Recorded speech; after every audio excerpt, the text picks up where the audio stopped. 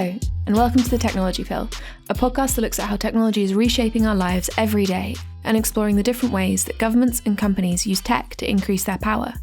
My name is Caitlin Bishop, and I'm Privacy International's Campaigns Officer.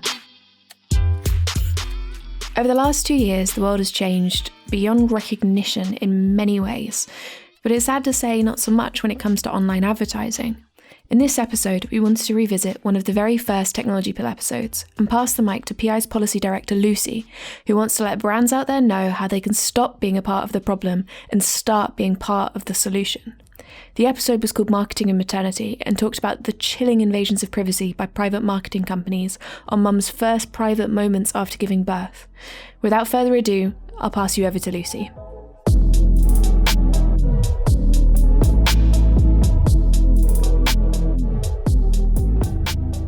Hi, I'm Lucy Purdon, Policy Director at Privacy International. In this episode, I'd like to address brands directly and talk about the problems with the online advertising industry when it comes to privacy, data protection, and causing harm. For some time now, PI has been concerned by the explosion of online advertising fueled by people's personal information. We call this behavioural advertising, but there's lots of other ways to describe it, such as micro-targeting or surveillance-based advertising. This technique depends on gathering as much personal information as possible from as many sources as possible in order to build up detailed profiles of individuals, their hopes, fears, dreams, browsing behaviour, etc., in order to very specifically target adverts. As we see it, the data collection that feeds the industry is widespread and out of control. The methods of collecting data are dubious, and the business of selling databases means that people are being exploited without grasping the full extent of it. We've been campaigning for improvements in the industry and curbing negative impacts on people. This has taken the form of challenging the ad tech and data broker industry and taking our complaints to regulators, and they are starting to notice and take action. But today we want to talk about the sources of data, specifically a brand's data supply chain. And I use this term quite purposefully, as we see similarities with traditional supply chain problems in the online advertising industry. We appreciate it's a difficult area for brands to dig into because it's complex and opaque. The ad tech and data broker industry is notoriously opaque. These companies are in your advertising supply chain, and you, as the brand, have the most to lose. These companies are not visible, they're not household names, but a brand is. And from our research, nobody is asking questions further down the advertising supply chain about where the data is coming from. Every actor in the chain is relying on data provided by the previous one, often without questioning the integrity of this data, and regulators are starting to notice. To illustrate these problems, the podcast you're about to hear was recorded in 2020 about a company called Bounty. If you're a parent in the UK, you may have heard of this company. You might have been approached by a representative in hospital shortly after you gave birth. At PI, it seemed very strange to us that a private company was allowed to access hospital maternity wards and could approach women who'd just given birth for sales and marketing purposes. Well, it turns out a lot of people thought this was strange. And over the years, there'd been high-profile complaints about Bounty's access to the UK's maternity wards. The physical invasion of privacy of mothers who'd just given birth was bad enough, but for a time, Bounty also operated as a data broker. Through their activities, Bounty collected personal information from over 14 million mums and babies, which they unlawfully sold onto 39 other companies, including Equifax, Axiom, Sky, and Indicia. Bounty was investigated by the Information Commissioner's Office, the ICO, which is the UK's data protection regulator for these activities. They were fined £400,000 and they ceased being a data broker. Bounty has since described their time as a data broker as a historical incident. But I've since spoken to mothers who are struggling to forgive themselves for handing over the information of themselves and their children at a time when they were vulnerable. They don't know how it's being used or how their child might be affected in the future. It is certainly not historical for them. The data of the 14 million mums and babies is still out there to this day. Given the nature of the industry and our understanding about how data brokers work, this personal information, found to have been collected illegally, may have been sold and resold many times over. It could be sitting in the databases of many brands. So, we are asking brands to audit their data supply chain used for advertising. Look in particular at third-party databases acquired by ad tech and data brokers in your supply chain. These could be the red flags. And raise these concerns with your ad agencies. What kind of behavioural advertising do they engage in? What companies do they work with? Can they guarantee that the data they, or these companies they work with, have been obtained lawfully and in respect of GDPR? and indicate to your ad agencies you want to explore alternatives to behavioural advertising, such as contextual advertising. The podcast you're about to hear was recorded in early March 2020, outlining PI's campaign to remove Bounty from the maternity wards of NHS hospitals in the UK. But we all know what happened next. By late March, the UK headed into lockdown due to the spread of coronavirus, and the NHS was under the most intense pressure. A campaign involving anything to do with hospitals was, of course, out of the question. But to be clear, this campaign was never about criticising the NHS or the incredible work of midwives. This was about the presence of a sales company on a maternity ward, approaching women who have just given birth and are temporarily vulnerable. Bounty representatives appeared to stop entering maternity wards, and in November 2020, the company reportedly went into administration. However, the company does maintain its online presence and still operates certain parts of its business under a new legal entity. And at the time of recording this update, Bounty's website indicates the intention for Bounty representatives to return to maternity wards once COVID restrictions lift.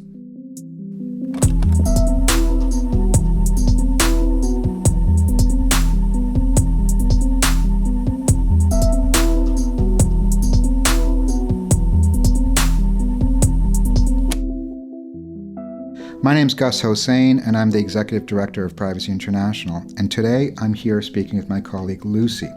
Hi, Lucy. Hi, Gus. Hi, thank you very much. Yes, so as you said, today we're going to be talking about this very strange issue of marketing companies being allowed access to maternity wards, in particular one company that we've come across called Bounty. And I came across this company while I was pregnant a few years ago, and I was at my maternity appointment, and I was given by my midwife a Bounty pack, which contained some samples of baby products, some coupons and leaflets with some information. And I was aware of parenting clubs. We'd looked into them a little bit at Privacy International as well. And so I started seeing Bounty kind of popping up everywhere in terms of my maternity appointments or visits to the hospital. And I found out that Bounty actually has contracts with NHS trusts and health boards around the country, and this gives Bounty representatives access to maternity wards, and they are able to approach women who've just given birth in order to hand out these packs, take some information, and also sell them newborn photography sessions. And I just thought, what a strange company. And so, I can't believe I'm having to say this, but the hours after you give birth are really private.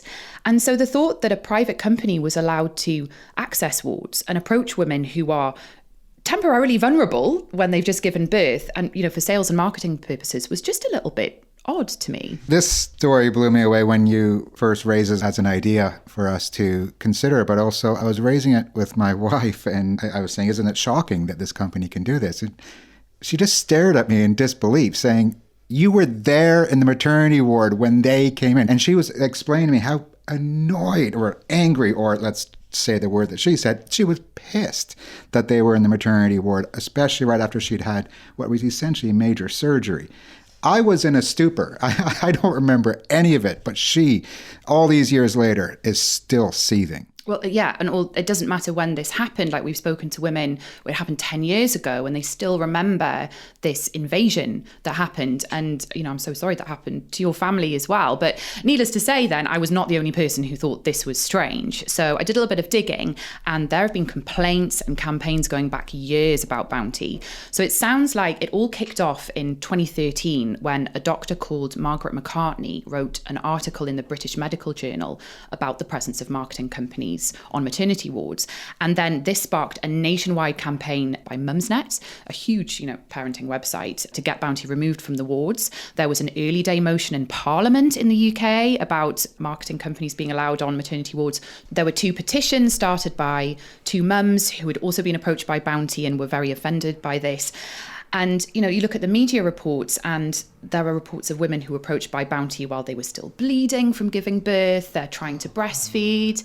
They were woken up when they were trying to sleep. They're recovering from all kinds of trauma. They were woken up? Mm-hmm.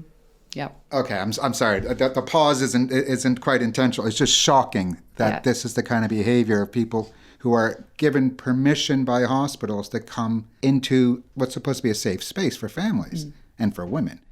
it gets worse. At least one mum was approached while their baby was in intensive care, so there wasn't even a baby by the bed. And horrifically, one mum was approached shortly after her baby had died. Oh, no. So you can see why we were interested in looking into this company a little more. And really, you wouldn't find this on any other hospital ward. You know, can you imagine coming round from major surgery or that kind of trauma to find a stranger at the end of your bed trying to sell you stuff? Okay. So there's clearly the physical breach of the space, but why should PI get involved in this? Is there a data aspect to all of this? Okay, so let's talk about the bounty packs for a moment, because this is where it all started. And as I said, the bounty packs have these samples of baby products and leaflets, and it really reminded me of the situation that the American store Target got themselves into a few years ago. Do you remember this? Yes. Okay, so let me explain. So back in 2002, this is before Facebook even existed, Target, the American store that sell everything, were wondering about how they could reach more customers. And, you know, we are actually creatures of habit. You know, our shopping habits are quite ingrained. You know, we're loyal to certain brands. You know, we shop at certain stores. It's actually quite hard for marketers to break these habits, which is why so much data is going into online advertising now to try and break these habits. But there are a couple of points in our lives when everything is up for grabs, where all of these habits go out the window, and one of those is when you're going to have a baby. So pregnant women are a marketer's dream. So Andrew Powell was a researcher for Target, and he came up with a pregnancy prediction model for the store. I remember this story, yes. And it was incredibly accurate. So basically, he could take Target customers' data and predict if they were pregnant or not. They might not even know that they were pregnant. Because of changes in their shopping habits, he could predict they were pregnant. So, you know, they would know that a baby was on the way, and then they would start targeting them with coupons for different products and try and inspire that brand loyalty, which would carry on for years after that. Now, it all went really horribly wrong when a man walked into a store in Minneapolis and started shouting at the manager saying, "My daughter is in high school. You've sent her all these coupons for nappies and high chairs. How dare you? Are you trying to get her pregnant? What is going on?" The manager had no idea what was happening and called the guy a few weeks later again to apologize and ask what was going on. And the man said, "I think I owe you an apology. It seems there are things going on in my household that I did not realize, and my high school age daughter is actually pregnant." So this got out, of course, and, you know, this is a complete disaster for Target, a total PR disaster, but it was very accurate and very creepy. And essentially, this is what Bounty are doing, but in a much less sophisticated way. So the Bounty packs are basically throwing brands at pregnant women and then collecting data from you in order to sell you more stuff down that line and inspire this brand loyalty. So they're blanketing women with samples and coupons. Maybe they learned from the Target incident that this is quite creepy, but maybe not because of what happened next. Okay, what happened next? Back to the present day. While I was on maternity leave, I then saw that Bounty had been fined £400,000 by the Information Commissioner's Office, the ICO, which is the UK's data protection authority. And they were fined this huge amount of money for illegally sharing the personal information of mums and babies, because they also collect data on babies as well. They collect data on babies. Yeah, so they had a hard copy that the reps would use to collect information, and it would collect information on the mother, and it would also collect information on the baby. So the baby's name, date of birth and gender, mother's name, email address, date of birth, whether it's her first baby, whether or not she spoke English, which was an interesting one. Yeah, a bit mysterious. So anyway, the Information Commissioner's Office fines them £400,000 for illegally sharing this personal information. And then the penny drops. I thought, they're a data broker. Okay, well, this makes much more sense. So what is a data broker? Okay. A data broker is a company that collects, buys and sells personal data as an integral part of their business model. And it might even be how they earn their primary revenue. So Bounty were like, hands up, okay, you know, they expressed regret that they'd shared some, and I'm doing air quotes here, some personal information with, air quotes again, a small number of data brokerage companies. But the ICO found that the personal information of over 14 million mothers and babies was shared with 39 companies, including the credit reference agency Equifax and the data broker Axiom, who in turn sell that personal information on to others. So I'd just like to quote the Director of Investigations from the ICO. When they issued the fine, they said, "The number of personal records and people affected in this case is unprecedented in the history of the ICO's investigations into the data broking industry and organisations linked to this. Bounty were not open or transparent to the millions of people that their personal data may be passed on to such a large number of organisations. Any consent given by those people was clearly not informed. Bounty's actions appear to have been motivated by financial gain, given that data sharing was an integral part of their business model at the time. Such careless data sharing is likely to have caused distress to many people, since they did not know that their personal information was being shared multiple times with so many organisations, including information about their pregnancy status and their children." So data brokers, it's kind of I know that it's a new term for a lot of people, but they really are at the heart of everything now. So going back to that Target example, any data about you is valuable. It's often not clear to people what data is being collected about them and what it's being used for. So for Privacy International, data brokers have been on our radar for quite a while, particularly since the GDPR came into force. And just to be clear, like, these data brokers aren't exactly companies that we necessarily know or that we necessarily interact with until there's some kind of breach, as we had with the Equifax case a couple of years ago. But yeah, generally, these are companies that get data from other companies that we tend to interact with directly. So they're practically shadows in the whole ecosystem. Absolutely. So in 2018, Privacy International filed complaints about Equifax and Axiom, which were the two of the companies that Bounty sold data onto, and 5 other data broker and ad tech companies. So ad tech is kind of a catch-all term that describes tools and services that connect advertisers with target audiences and publishers. Like you say, these kind of companies that are, really one step removed from us. So Privacy International filed complaints with data protection authorities in the UK, France, and Ireland. And the ICO in the UK is conducting this ongoing review of these kinds of companies. And it was part of this review that Bounty was identified as a significant supplier of personal data to third parties for direct marketing purposes. So you can start to see how this is all kind of connected. But since we did our complaints, the Irish Data Protection Commissioner decided to investigate an ad tech company called Quantcast that we complained about. And we just found out the French Data Protection Authority will launch an investigation into one of the ad tech companies we complained about called Criteo. So what do Quantcast and Criteo have in common?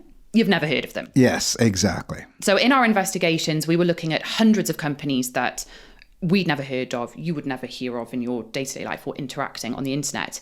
So what was interesting about Bounty is that when they operated this data broking service, they were actually a public-facing company. They had customers, they had people who signed up with them because they knew who Bounty was. They had lots of public-facing activities. Which is rare. This is not how data brokering companies operate. Yeah, exactly. So then they ceased these data broking services in 2018, just before the GDPR was enforced. Oh, interesting. Yeah, it was interesting. And since then, Bounty have said that they've overhauled all of their policies. They're not a data broker anymore, but we do still have a lot of questions. So again, going back to that Target example, Bounty may not be a data broker. They may not share data with third parties, but they are trying to sell stuff. And how do you sell stuff these days?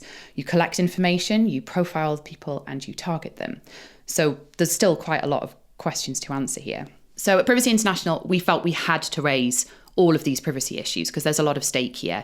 There's the physical invasion of privacy of mums at the bedside, but also this data collection practice and what they do with. And, data protection at PI really is our bread and butter. Yes. So with regards to Bounty operating this data brokering service up until 2018, we felt that this was such a violation of trust, both with the NHS that they've contracted with and also the mums giving over their information in good faith, that we really felt that Bounty shouldn't be rewarded for this by continuing to have access to maternity wards. What do you mean by rewarded, though? By having the contracts still. To tell us about these contracts. So the contracts involve an NHS trust. So the NHS being the National Healthcare Service in the United Kingdom. Yeah, so just to explain, the NHS is the National Health Service. It's split into 4 separate systems: NHS England, NHS Wales, NHS Scotland, and in Northern Ireland it's called HSC, Health and Social Care Northern Ireland. And they're made up of trusts in England and health boards in the rest of the UK. So the trust or the health board will look after one or more hospitals. So Bounty will have a contract with a trust or a health board that enables them to have access to maternity maternity wards and enables them to give out the bounty packs and also sell the newborn photography sessions. Now, the trust or the health board is paid by Bounty per pack that they give out and per photography presentation that they do. It's 80 pence per pack and £1.50 per photography session. And we've done freedom of information requests that plenty of other people have done as well. And it shows that the hospitals get a few £1,000s a year. It's not massive money, you know. So by trusts and health boards continuing to have these contracts and not reflecting on this very serious violation of trust in terms of the fact that they operated this data broking service, we felt that they shouldn't continue to have access to maternity wards. I struggle to imagine what the hospitals are getting out of this. Why would they allow this to occur? Bounty have been going since 1959. They're an old company. There's a real historical relationship, I think, between Bounty and the NHS. I think that the NHS see Bounty as a way of distributing information, but actually looking at the packs and the partners, out of about 126 partners that Bounty has, 8 of them are charities. So I do worry that a lot of the information that the NHS wants to get out there does get slightly buried in this commercial information. So in light of all this, we have written to all the trusts and health boards that we believe have a contract with Bounty, and we have asked them to cancel the contract. We've outlined our concerns in terms of the physical invasion of privacy and also our concern about the historical data collecting practices and also questions about what's happening now. How are these hospitals responding? Out of the responses, a third have said that they've already cancelled the contract with Bounty, or they will do this year. Oh, gosh, that's incredible. Another third are reviewing the contracts because it seems like a lot of contracts are up for renewal this year. Okay. And the other third say that they're not going to cancel. So it's kind of everything to play for at this stage. It's not cut and dry which way hospitals are going to go. But I'm very encouraged by the fact that a lot of hospitals have already looked into this and they have decided to cancel because it's every trust decision. So of the hospitals that are not cancelling the contract, I'd really like to unpack the reasons they give, because this is the heart of the issue that we need to discuss, because we need to increase understanding about the data broker industry. You know, we're working so hard to find out how these companies work, but it's really opaque. And we're at this really interesting point in time, and it's really important. It's important about how we see our lives and what's important to protect. So the headlines of the reasons that hospitals are giving for not cancelling is that they've had no complaints. Second reason, Bounty have given assurances that things are different.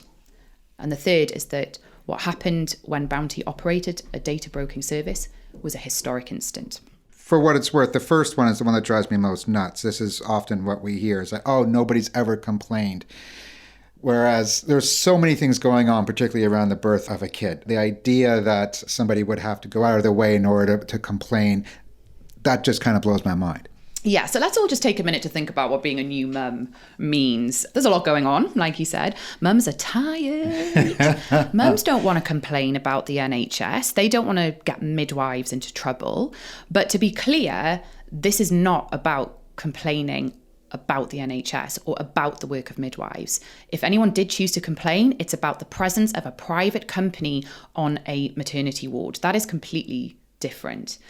And actually, you know, it's important for people to know that lots of hospitals have recognised that there's a problem and cancelled their contracts after doing consultations with their users and what they call STCs, small tests of change, which to try and improve experiences. And after they've done these consultations, they've cancelled the contract, because then when women are asked about their experience. Yeah. So the hospitals that pay attention to their patients are finding that there's a problem, but those who are just waiting for the patients to articulate outrage, even me as executive director of Privacy International, it's my job to do this for a living. I don't even remember the whole experience, so I didn't lodge my own outrage. Yeah. And then on the other side, Bounty also said that they've had no complaints.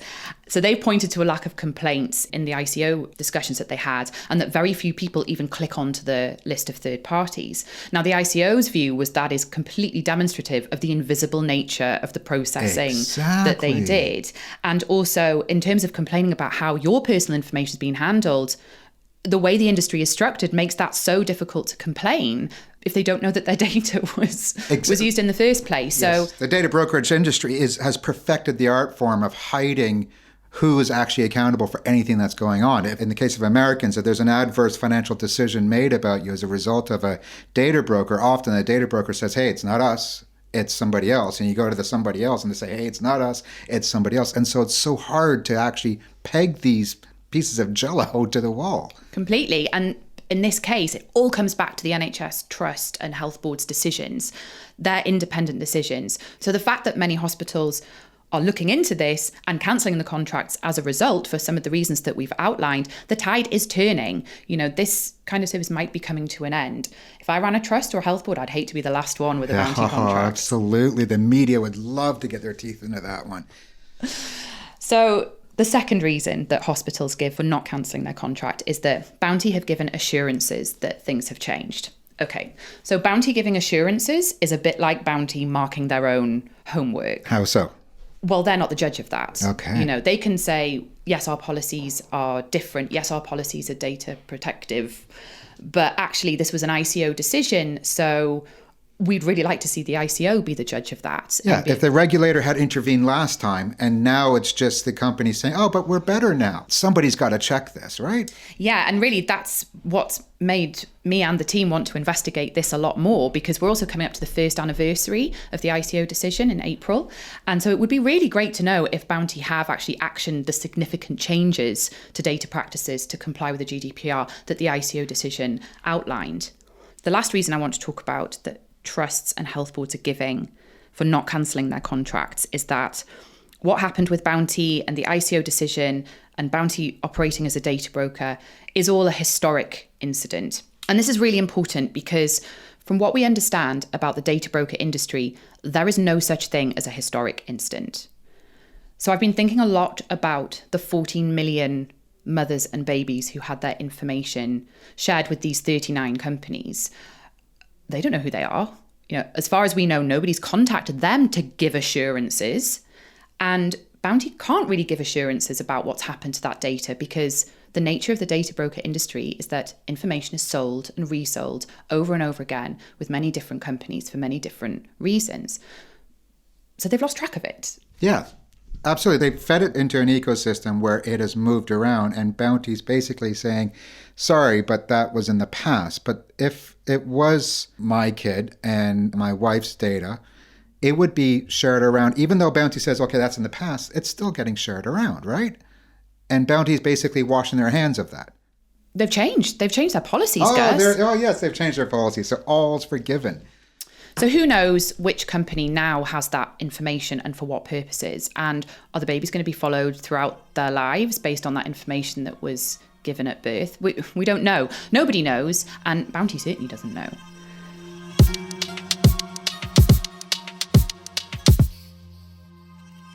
So these women who have no idea that their information has been sold and resold is something that's been really bugging me. And I didn't really know how to articulate this. And then a couple of weeks ago, I went to the Prima Donna Writer of the Year award, which is an award for new writers, and a very good friend of mine was nominated. Oh, cool. And there was lots of performances during the evening, and one was a monologue called Notes to the Forgotten She-Wolves by an amazing playwright called Athena Stevens. And it was about consent, but the example she gave really resonated with me. So I'd like to just go through a few with you. So it was about women's bodies and characteristics being used throughout time in ways that nobody could ever have thought of, and nobody could ever thought of the consequences. So have you heard of the unknown woman of the Seine? No. As in the river in France? Exactly. No, I don't know. Okay. So in the 1880s in Paris, a young woman was pulled from the Seine, drowned. And she was taken to the pathologist, and she couldn't be identified. It was completely unknown who she was. But the pathologist was so taken by how pretty she was that he made a death mask of her face, which is highly unusual in those times. So Napoleon had a death mask. It was normally reserved for people in the higher echelons of society. But he made a death mask of her face, and it somehow became very fashionable among Bohemian society to have one of these death masks. So it was commercially produced. Lots of artists had them hanging on their wall. It provoked lots of conversations, similarities to the Mona Lisa. And this went on for quite a long time. So she was known as the unknown woman of the Seine for a long time, but then it changed and she became known as the most kissed woman in the world. Whoa. Now, you've kissed her. What? I've kissed her. What? In fact, everyone in this office has kissed her. Because in 1958, the people who made the Rescue Annie doll, the CPR doll, Oh, yeah. used No. the death mask No. as the basis of her face. Oh, my. So every Rescue Annie doll, the CPR doll, the face of that doll is of an unknown teenager that was pulled dead out of the Seine in the 1880s in Paris. Oh, that just feels so wrong. Wow. How does that make you feel? Oh, my gosh. It just doesn't have to be like that. It just feels completely unnecessary. Makes you angry, right? Yeah. It's pretty weird. It's pretty creepy. You're kissing a dead person who had no idea that this was going to happen to their essence and their being. Ready for another one? Oh, please, please. Just don't tell me I've kissed this one too. I don't think you've kissed this lady. Okay. Henrietta Lacks. Now, this is a bit more of a well-known example. Henrietta Lacks was an African-American woman who was admitted into hospital in Baltimore in 1951 with what turned out to be cervical cancer. And she was admitted to the only hospital in the area that would take people of colour at that time. And without her consent or consultation with her family, the doctors took tissue samples from her tumours and they used them in a cell line that's called HeLa. So Henrietta Lacks HeLa. It's still used in medical research to this day. Apparently it's a very well-known cell line. Her family were not informed of this use until 1975. And then it brought up a lot of issues about patient privacy and consent. And medical research ethics. Yeah, exactly. Didn't stop there, though, because Henrietta Lacks had been identified as the source of the HeLa cell line, which had implications for her family and the generations that followed her, because basically they were publishing her gene sequence, which of course contains all the information about her children and her grandchildren and so on and so on. Yeah. So she was never asked. She never gave consent. No one told her or her family it had happened. And yet here you are today, that still has implications for her family, where their entire gene sequence is essentially public. We're taking women's bodies and using them as we see fit. Okay, you got a third one for me. It's going to hurt, isn't I it? have got more. Oh, but gosh. it's okay. So then I started thinking about women's faces and voices and how they were integrated in technology and how important women have been in the development of technology as we know it. So Lena Forsen, known as the patron saint of the JPEG. Okay. 1972, Lena Forsen does a Playboy shoot. And at a university, they use this image to test compression algorithm for the JPEG, essentially. I have seen this image. Yes. Yes. So she was wearing a bright feather boa. It was, hey, it's a naked woman. Like, why not? Why not use this? And it became the standard test image. So it was used to show off the magic of the JPEG, became an industry standard, replicated billions of times, very famous among computer scientists, made the women feel a little uncomfortable who worked in those circles. But it's unclear to me when Lena found out, but she certainly wasn't asked, and she was not compensated for the fact that that image was replicated all those billions of times. Susan Bennett, a voiceover artist who did some work for Apple in 2005. In 2011, she found out that she was the voice of Siri. She found out. Mm-hmm. Yeah. Suzanne Vega, very well-known recording artist, she found out that her voice was used to fine-tune the compression algorithm for MP3s. So all of these women are incredibly important, but they were not asked if it was okay that their body or their characteristics were used. They were not told what this was being used for. They were not acknowledged in anything that came afterwards, and nobody thought through the consequences of what might happen years down the line. So the control over their bodies, their characteristics, their information has been taken away from them. So I do believe that what has happened to these 14 million women and their babies is the next instalment in this timeline, which is why I find the responses from the trusts and the health boards, a bit frustrating about why they won't cancel this historic incident. Can you imagine Henrietta Lacks' family being told that what happened to them was a historic incident? How furious would they be? So what Bounty have done and the explanations for what they've done and their attitude towards moving on, nothing to see here. Nothing to see here. And actually there's a lot to see here and there's a lot to discuss. It's important. Women deserve to know, they deserve to be asked, and they deserve to be heard. And treated with dignity at the same time. Precisely. Oh, precisely. Come on. It's interesting. I just spent last weekend watching all the series of Handmaid's Tale while also reading a novel, because you use these words very specifically on this timeline. I'm reading a novel by Annalee Newitz called The Future of Another Timeline, which is all about time travel, but also the evolution of women's rights over the last 150 years and all the attempts to essentially jeopardize it and to reverse women's rights. And so where we are now, and that it's a data question now, as much as it's a physical integrity. This example of Bounty just hits all the buttons.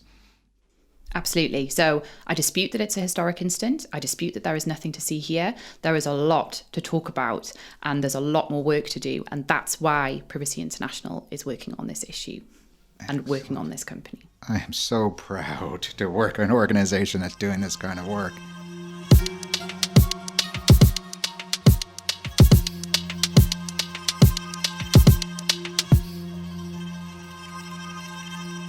So, Lucy, you've given this terrible example of a company that has access to maternity wards, that gets data on new mothers and on children, and they have a history of having done things very badly in the past. So what next now that we have exposed the nature of the problem? Well, we've been really encouraged by the responses from the hospitals, and if people did want to express their views about Bounty to their hospitals, they should do so. I would say that from all the examples that we've given, now is the time to know that your voice is valid. You are important and you are powerful. You gave birth. You've got this. You should get in touch with someone. If you are still feeling distressed about an experience that you had with Bounty, you should tell somebody about it. If you want to ask Bounty, if you were one of those 14 million people, go right ahead. Yeah. Just so we've gone down all the avenues, though, isn't this, particularly with the funding crisis, particularly with the health crisis that we're now facing, is this the time to be bashing the National Healthcare Service?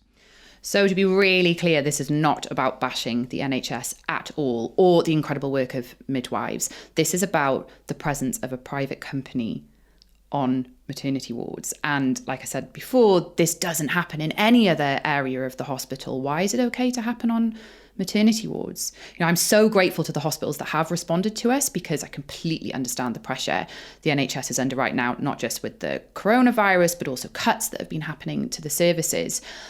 But, from the responses that we've had, a lot of the contracts are up for renewal this year. Trusts are considering what to do about it. Lots of hospitals have cancelled their contracts already. That's what I find amazing. Without our spurring necessarily, they've already undergone the process of asking, is this a good idea? Although it did take a number of years, but in reflection of the regulator having intervened, and now this issue whose time has come, and thinking about the dignity of their patients, these hospitals are starting to move, which is so promising.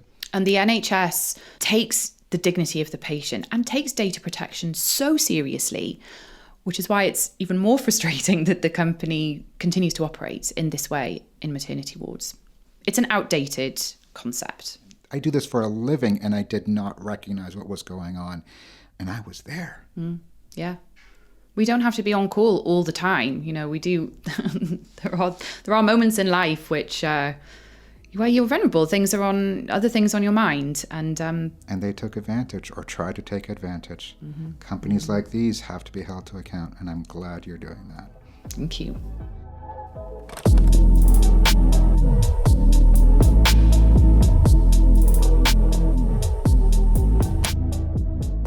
The reason we wanted to re-release this podcast is to emphasise that the data of those 14 million mums and babies collected illegally is still out there, and possibly in your company's advertising supply chain. And this is not an isolated incident. We understand that brands may not have full visibility of what's going on lower down in the data supply chain, and we believe that if brands did know, they would want to make a change. Thanks, Lucy, and thanks to you for listening. You can find out more about Bounty in this case on our website. Our work on the data broker supply chain is only just getting started. If you want to keep up to date with everything we have coming up, sign up to our corporate exploitation mailing list at pvcy.org/mailing list.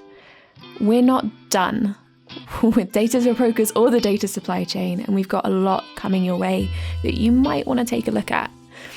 As ever, you can follow us on all the usual platforms, support us at pvcy.org/donatepill, or tell us what you think about the podcast at pvcy.org/podfeedback. But if you enjoyed this episode, why not give us a review if the platform you listen on allows? Or tell a friend. Music courtesy of Sepia. This podcast was produced for Privacy International by Max Bennett.